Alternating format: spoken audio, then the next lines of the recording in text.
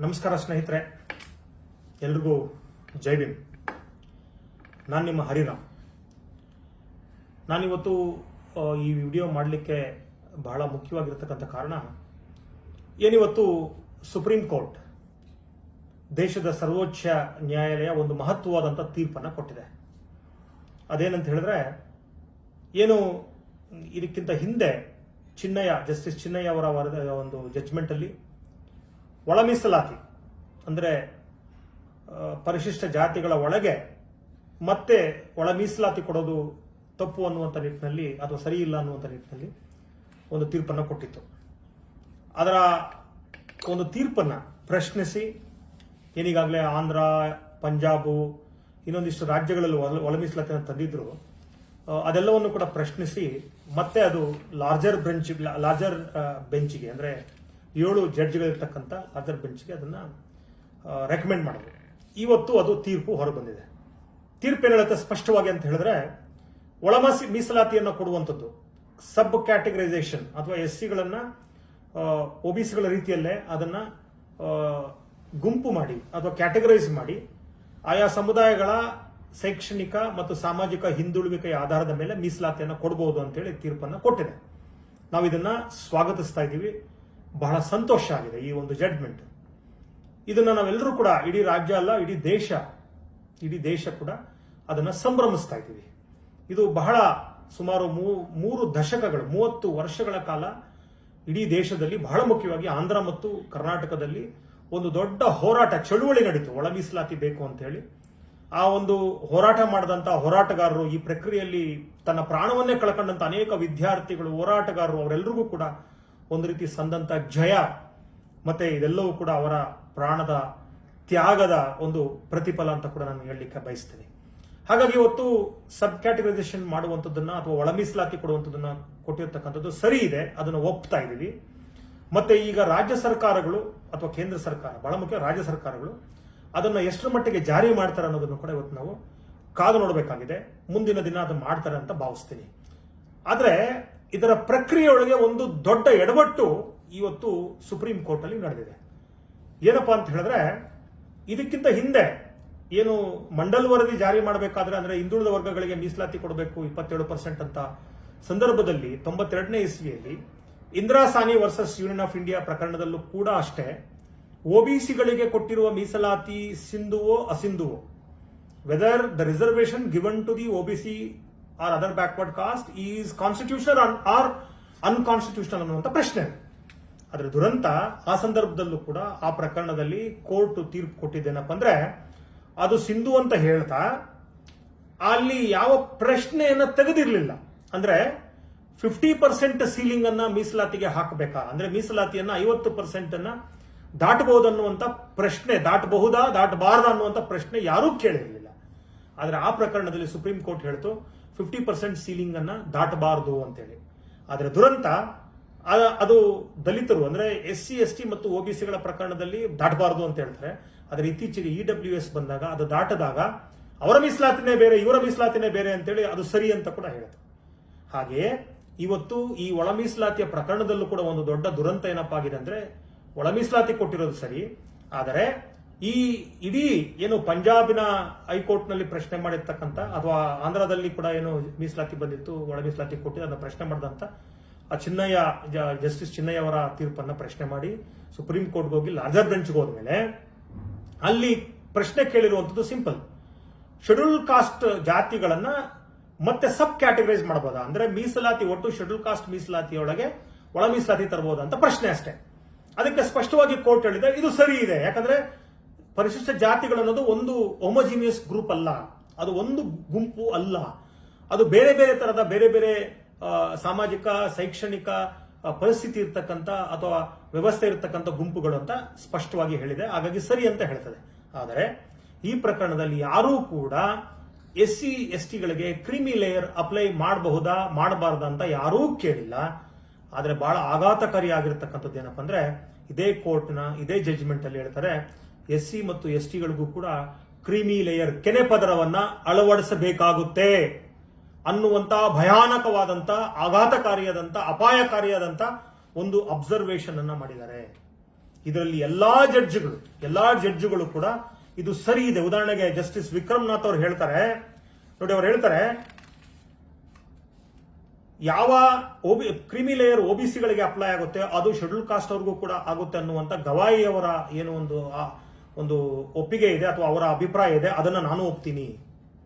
ಹಾಗೆ ಜಸ್ಟಿಸ್ ಪಂಕಜ್ ಮಿತ್ತಲ್ ಅನ್ನೋದಂತ ಹೇಳ್ತಾರೆ ನೋಡಿ, reservation has to be only limited to the first generation. If any member of the first generation has reached the higher status through reservation, then the second generation should not be entitled to reservation ಅಂತ justice Pankaj Mittal ಹೇಳ್ತಾರೆ. ನನಗೆ ಅರ್ಥ ಆಗ್ತಾ ಇಲ್ಲ, ಇಲ್ಲಿ ಮೀಸಲಾತಿಯನ್ನ ಯಾವ ಆಧಾರದ ಮೇಲೆ ಕೊಟ್ಟಿದ್ದಾರೆ ನಾವು ಸ್ಪಷ್ಟವಾಗಿ ಅರ್ಥ ಮಾಡ್ಕೋಬೇಕು. EWS ಮೀಸಲಾತಿ ಕೊಟ್ಟಂಗೆ ಇದು ಆರ್ಥಿಕ ಆಧಾರದ ಮೇಲೆ, ಎಕನಾಮಿಕ್ ಬ್ಯಾಕ್ವರ್ಡ್ನೆಸ್ ಮೇಲೆ ಕೊಟ್ಟಿಲ್ಲ. ಇವತ್ತು SC ST ಮತ್ತು OBCಗಳಿಗೆ ಕೊಟ್ಟಿರ್ತಕ್ಕಂಥ ಮೀಸಲಾತಿ ಏನಿದೆ, ಆರ್ಟಿಕಲ್ 16(4) ಅಥವಾ 15(4) ಅಥವಾ 16(4) ತಗೊಂಡಾಗ 15(4) ಅಲ್ಲಿ ಬರುವಂತ ಎಜುಕೇಶನ್, 16(4) ಅಲ್ಲಿ ಬರುವಂತ ಉದ್ಯೋಗದ ಮೀಸಲಾತಿ ಇದೆಯಲ್ಲ, ಶಿಕ್ಷಣ ಮತ್ತು ಉದ್ಯೋಗ. 15(4) ಹೇಳ್ತದೆ, any class of citizen who is educationally and socially backward, any class of citizen who is educationally and socially backward, the state can provide a special provisions. State shall provide a special provisions for any class of citizen who is socially and educationally backward ಅಂತ ಹೇಳ್ತದೆ. ಇಲ್ಲಿ economics ಹೇಳಿಲ್ಲ.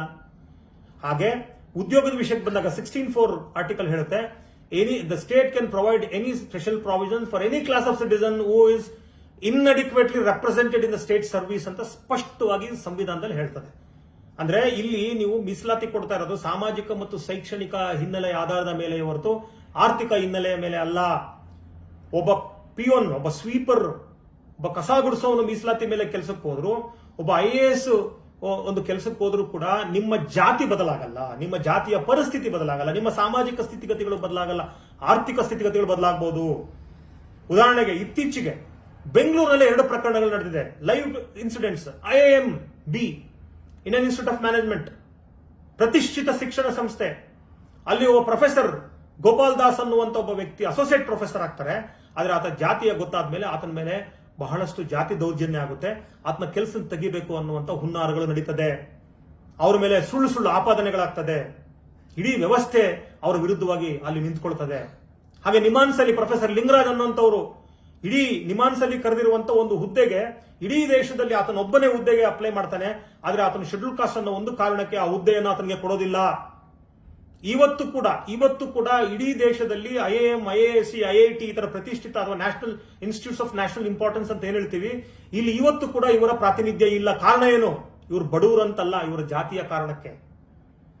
ಹಾಗೆ ಇವತ್ತು institution ಬಿಟ್ಬಿಟ್ಟು ಇವತ್ತು ಕೋರ್ಟ್ಗಳಲ್ಲಿ, ಅದು high court ಮತ್ತು ಸುಪ್ರೀಂ ಕೋರ್ಟ್ಗಳಲ್ಲಿ ನಮ್ಗೆ ಗೊತ್ತಿದೆ, ಅಲ್ಲಿ ಆಯ್ಕೆ ಮಾಡುವ ಮೆರಿಟ್ ಸಿಸ್ಟಮ್ ಇಲ್ಲ. ಅಲ್ಲಿ ಮೆರಿಟ್ ಸಿಸ್ಟಮ್ ಇಲ್ವೇ ಇಲ್ಲ. ಅಲ್ಲಿ ಆಯ್ಕೆ ಮಾಡುವಂಥದ್ದು ನಿಮ್ಮ ಸಿಸ್ಟಮ್ ಬೇರೆ ಇದೆ. ಅಲ್ಲಿ ಇವತ್ತು ಏನು ಕೊಲೇಜಿಯಂ ಸಿಸ್ಟಮ್ ಇದೆ, ಆ ಕೊಲೇಜಿಯಂ ಸಿಸ್ಟಮ್ ಮುಖಾಂತರ ಆಯ್ಕೆ ಮಾಡ್ತೀರಿ.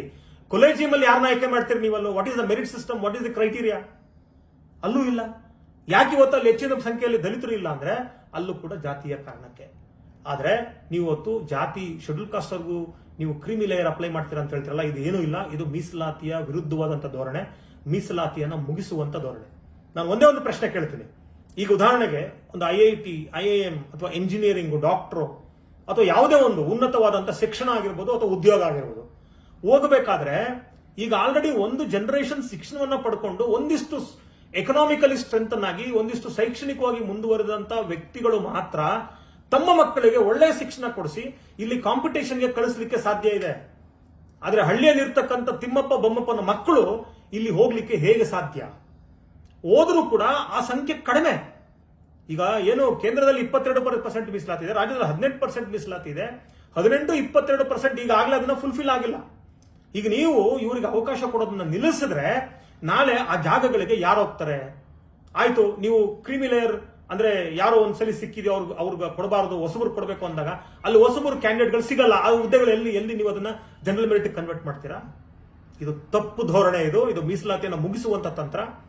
ನನಗನ್ನಿಸ್ತಕ್ಕಂಥದ್ದು ಕ್ರೀಮಿ ಲೇಯರ್ ಅಪ್ಲೈ ಮಾಡುವ ಬದಲಾಗಿ ನಾನೊಬ್ಬ ಪೊಲಿಟಿಕಲ್ ಸೈನ್ಸ್ ಸ್ಟೂಡೆಂಟ್ ವಿದ್ಯಾರ್ಥಿಯಾಗಿ, ಸಂವಿಧಾನದ ವಿದ್ಯಾರ್ಥಿಯಾಗಿ, ಒಬ್ಬ ಸಾಮಾಜಿಕ ಕಾರ್ಯಕರ್ತನಾಗಿ, ಒಬ್ಬ ಆಕ್ಟಿವಿಸ್ಟ್ ಆಗಿ ನನಗನ್ಸೋದು, ನೀವು ಕ್ರೀಮಿ ಲೇಯರ್ ಅಪ್ಲೈ ಮಾಡೋ ಬದಲು ಒಂದು ರೀತಿಯಾದಂತ ನಾವು ಪ್ರಿಫರೆನ್ಷಿಯಲ್ ರಿಸರ್ವೇಶನ್ ಸಿಸ್ಟಮ್ ತಂದ್ರೆ ಬಹುಶಃ ಈ ಸಮಸ್ಯೆ ಬಗೆಹರಿತದೆ. ನಿಮ್ಮ ವಾದ ಏನು? ಆಲ್ರೆಡಿ ಓದಿರುವಂತವ್ರು IAS IPS ಮಕ್ಕಳು ಮೀಸಲಾತಿ ತಗೋತಾರಂತಲ್ವಾ, ಆಯ್ತಪ್ಪ ಅವ್ರಿಗೆ ಸಿಗೋದು ಬೇಡ, ಇಲ್ಲಿರ್ತಕ್ಕಂಥ ಬಡ ಮಕ್ಳಿಗೆ ಸಿಗ್ಬೇಕು. ಅದಕ್ಕೊಂದು ಹೊಸ ಸಿಸ್ಟಮ್ ತಗೊಂಬನ್ನಿ, the preferential system of reservation ತಗೊಂಬನ್ನಿ. ಏನು what is that preferential system?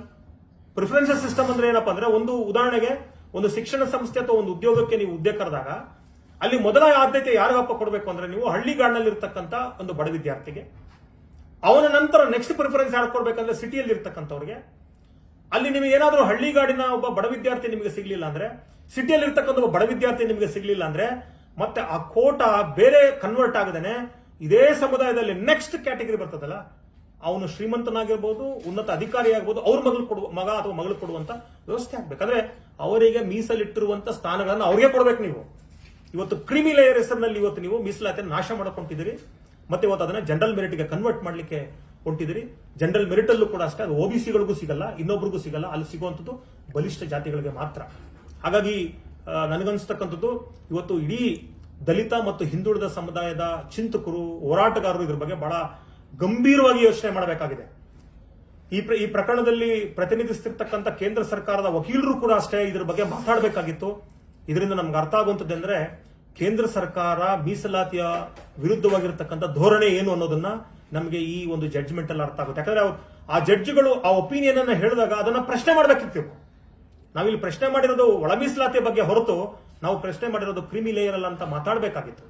ಆದ್ರೆ ಇವತ್ತು ಕೇಂದ್ರ ಸರ್ಕಾರವು ಕೂಡ ಎಲ್ಲೋ ಎಡವಿದೆ ನೋಡಿ. ಇಲ್ಲಿ ಹೇಳ್ತಾರೆ, ನಾನು ಅವಾಗ ಹೇಳಿದ್ದೀನಿ, ಪಂಕಜ್ ಅವ್ರು ಏನ್ ಹೇಳ್ತಾರಂತ, ಸತೀಶ್ ಚಂದ್ರ ಶರ್ಮಾ ಅನ್ನೋರು ಒಂದ್ ಕಡೆ ಹೇಳ್ತಾರೆ ನೋಡಿ, ಅವರು ಏನೋ that the issue of identification of creamy layer to SC/STs ought to become a constitutional imperative of the state ಅಂತ ಹೇಳ್ತಾರೆ.